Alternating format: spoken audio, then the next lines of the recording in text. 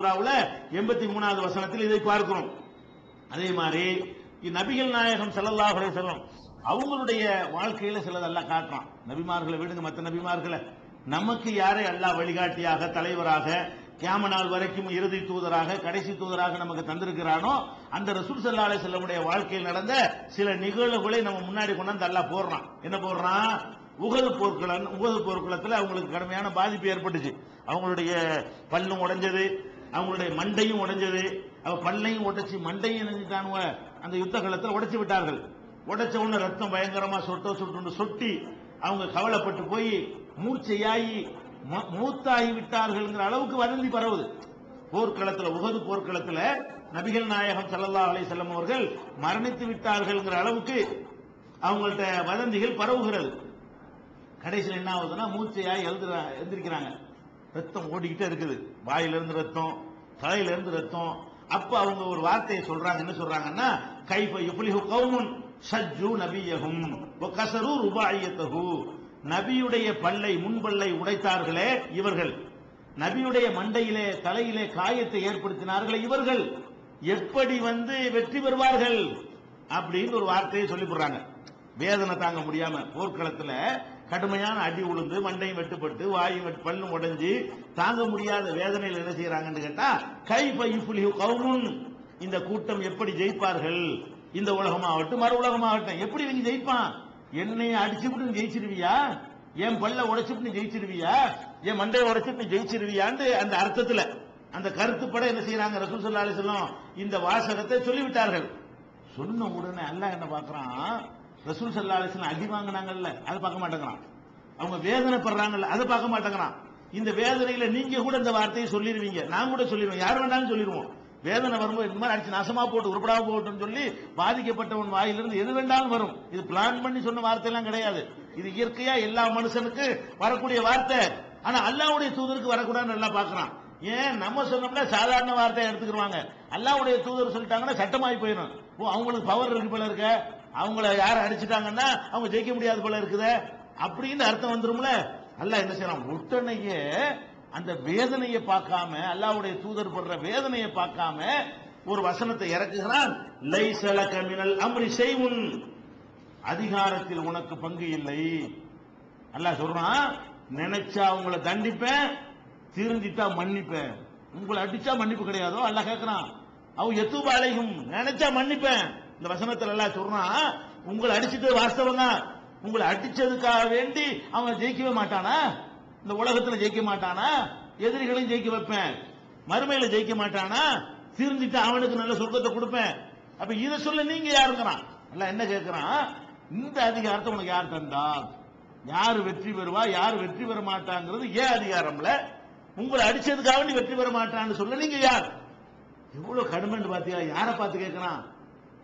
ரஹ்மத்துல் ஆலமீன் ரசூல் ஸல்லல்லாஹு அலைஹி வஸல்லம் அவங்கள பார்த்து அல்லாஹ் கேட்கிறான், நீ வேதனைப்பட்டாலும் சரி, உன்னை அடிச்சாலும் சரி, என்னை அடிச்சதனால் இது ஏற்படும் சொல்ல உனக்கு அதிகாரம் கிடையாது, நான் தான் முடிவு பண்ணுவேன் அப்படின்னு சொல்லிட்டு, அவன் நினைத்தால் யுஅஸிபுஹும், அவர்களை தண்டிப்பான், நினைத்தால் யதூபு அலைஹும், மன்னிச்சால் மன்னிச்சுக்கிறான், திருந்திட்டா மன்னிச்சுக்கிறேன். இதை நீ சொல்லக்கூடாது. இந்த வசனம் எங்க இருக்குது? 3வது சூராவுல 128வது வசனம். இந்த வசனத்தை இந்த சந்தர்ப்பத்தில் அல்லாஹ் அருளினான் என்று சொல்லி சஹீஹ் முஸ்லிம்ல 3346வது ஹதீஸில் இடம்பெற்றிருக்கிற பார்க்கிறோம். இதுல இருந்து உங்களுக்கு என்ன விளங்குது? இந்த ஒண்ணு பத்தாது.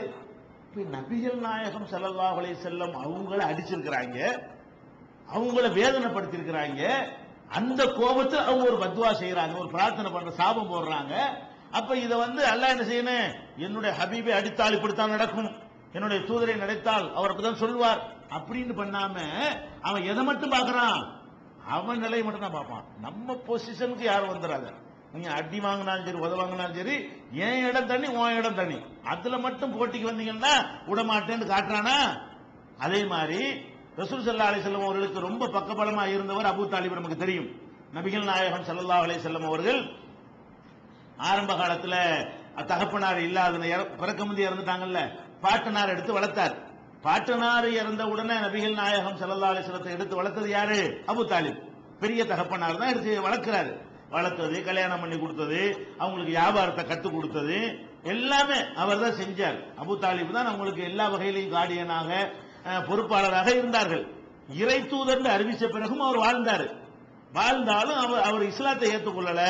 ஆனால் நபிகள் நாயகம் ஸல்லல்லாஹு அலைஹி வஸல்லம் அவர்களுக்கு எல்லா வகையிலும் உறுதுணையா இருந்தார். அவர் அந்த சமுதாயத்தில் பெரிய கோத்திர தலைவராக இருந்ததுனால ரசூலுல்லாஹ் மேல கை வைக்க பயந்தாங்க. அபு தாலிப் பயந்துகிட்டு, அடே அவர் மேல கையை வச்சோம்னா அபு தாலிப் வந்துருவாரு. அவங்க தொண்டர்களை எல்லாம் அடிச்சாங்க, முஸ்லிம்களை எல்லாம் அடிச்சு சித்திரவதை பண்ணாங்க. அபு தாலிப் இருக்கிற வரைக்கும் ரசூலுல்லாஹ் மேல கை வைக்கல. அபு தாலிப்லாம் மூத்தா போன பிறகுதான் ஹிஜ்ரத் பண்ற நிலையெல்லாம் உண்டாகுது. ஊரை விட்டு ஓடுற நிலையெல்லாம் எப்ப வருதுன்னு கேட்டா, கேட்கறதுக்கு ஒரு பலமான ஒரு ஆள் இருந்தாருங்கிறனால சும்மா விட்டு இருந்தாங்க. அபு தாலிப் மூத்துக்கு பிறகுதான் என்ன ஏற்படுது, ஹிஜ்ரத் போற நிலைமை, ரசூலுல்லாஹ்வை கொல்லணுங்கிறதெல்லாம் வர்றாங்க. அப்ப ரசூல் ஸல்லல்லாஹு அலைஹி வஸல்லத்துக்கு முழுக்க நபி ஆவறதுக்கு முன்னாடியும் நபியாக ஆன பின்னாடியும் பக்கபலமா இருந்தவர் யாரு, அபு தாலிப். அவருக்கு ரசூல் ஸல்லல்லாஹு அலைஹி வஸல்லம் பல விதத்திலையும் சொல்றாங்க, உனக்கு சப்போர்ட் பண்ணுவேன் தம்பி மோங்கிறதுக்காக வேண்டி கொள்கையெல்லாம் ஏத்துக்கிற மாட்டேன்றாரு.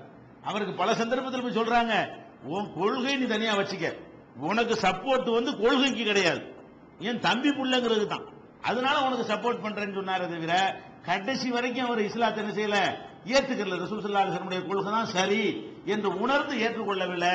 குடும்ப பாசத்துல அவர் சப்போர்ட் பண்ணார், அவ்வளவுதான். கடைசியில் அவர் மரணம் நெருங்கிருச்சு, சக்கராத்து நிலைக்கு வந்துட்டாரு. அப்ப ரசூல் ஸல்லல்லாஹு அலைஹி வஸல்லம் சமுதாய தலைவர் இல்லையா, அவரை பார்க்கிறதுக்காக ஊரே திரண்டு நிக்குது. அங்க அபூஜஹில், ரசூலுல்லாஹ்வுக்கு பெரிய எதிரியா இருந்த அபூஜஹில், இன்னும் அவனுடைய கூட்டத்தார்கள் எல்லாம் அங்க கூட்டமா குழுமி இருக்கிறார்கள். பெரிய வாப்பாங்கிற மூலை ரசூல் ஸல்லல்லாஹு அலைஹி வஸல்லம் போய் என்ன செய்யறாங்க, பார்க்க போறாங்க. போகும் பொழுது இந்த பக்கம் ரசூல் ஸல்லல்லாஹு அலைஹி வஸல்லம், அந்த பக்கம் அபூஜஹில். ரசூல் ஸல்லல்லாஹு அலைஹி வஸல்லம் என்ன செய்யறாங்க, சொல்றாங்க, தந்தையே கொஞ்சம் நீங்க ஒரு வார்த்தை சொல்றேன் சொல்லி கொடுங்களேன், ஒரே ஒரு கலிமாவை சொல்றேன், லா இலாஹ இல்லல்லாஹ்னு சொல்லிருங்களேன், சொல்லிட்டீங்கன்னா போதும் உங்களுக்காக அல்லாஹ்ட்ட என்ன செய்யறேன், அது சிபாரிசு பண்றேன். மூமின் எல்லாத்துக்கும் பண்ணத்தானே செய்வாங்க, இறைவனை ஏற்றுக்கொண்டு விட்டால் சிபாரிசு பண்ணலாம். அது நீங்க ஏத்துக்கிட்டீங்கன்னா உங்களுக்காக அல்லாஹ்ட்ட நான் பேசுறேன், அல்லாஹ்ட்ட உங்களுக்காக ரெக்கமெண்ட் பண்றேன் பெரிய தந்தையே, அதை ஏத்துக்கிறீங்கன்னு எவ்வளவு சொல்றாங்க. அவர் என்ன செய்யறாரு, அப்படி உள் வாங்கிட்டு சொல்லலாம்னு நினைக்கிறாரு. உடனே இவன், அபு தாலிபு உங்க வாப்பா என்ன செஞ்சாரு, உங்க அத்தா உங்க தகப்பனாரு, அதை யாவும் வச்சுக்க, அந்த கொள்கையெல்லாம் நீ மூத்தா போகணும்.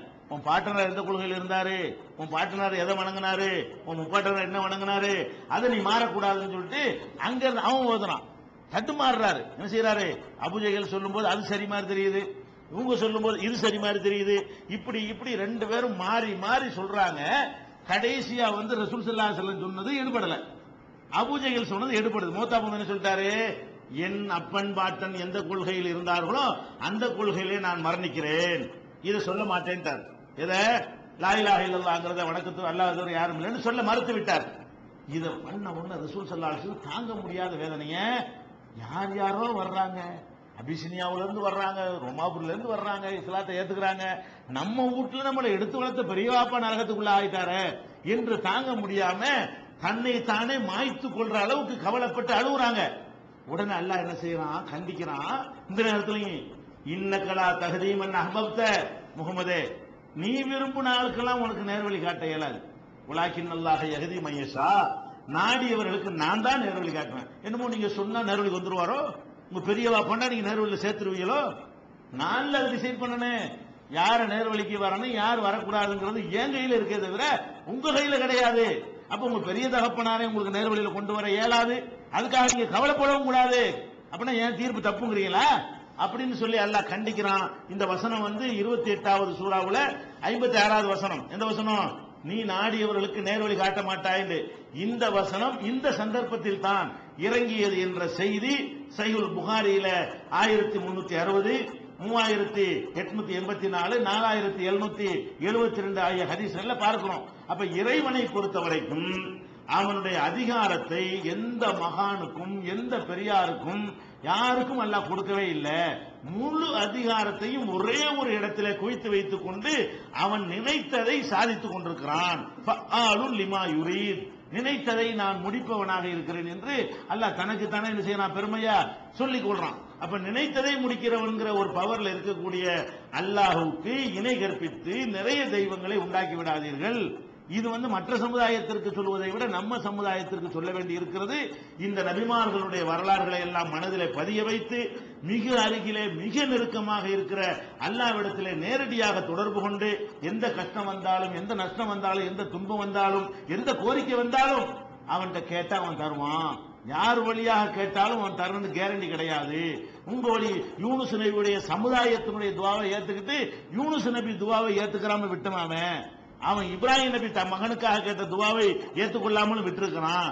அதனால பெரியார் கேட்டா கண்டிப்பா ஏத்துக்குவாங்கிறது கிடையாது, சிறியார் கேட்டா ஏத்துக்கிற மாட்டான்ங்கிறது கிடையாது. எதை ஏத்துக்கணும் எதை ஏத்துக்கிற கூடாதுங்கிறது அவன் தன்னிச்சையாக சுயேட்சையாக முடிவெடுக்கக்கூடியவனாக இருக்கிறான் என்பதை விளங்கி இஸ்லாத்திலே ஓரிரை கொள்கை இருக்கிறது என்பதை நம்முடைய செயல்கள் மூலமாக நிலைநாட்ட வேண்டும். இதை உணர்ந்து நடக்கக்கூடிய நன்மக்களாக அல்லாஹ் ரப்பல் ஆலமீன் நம் அனைவரையும் ஆக்கி அருள் புரிவானாக.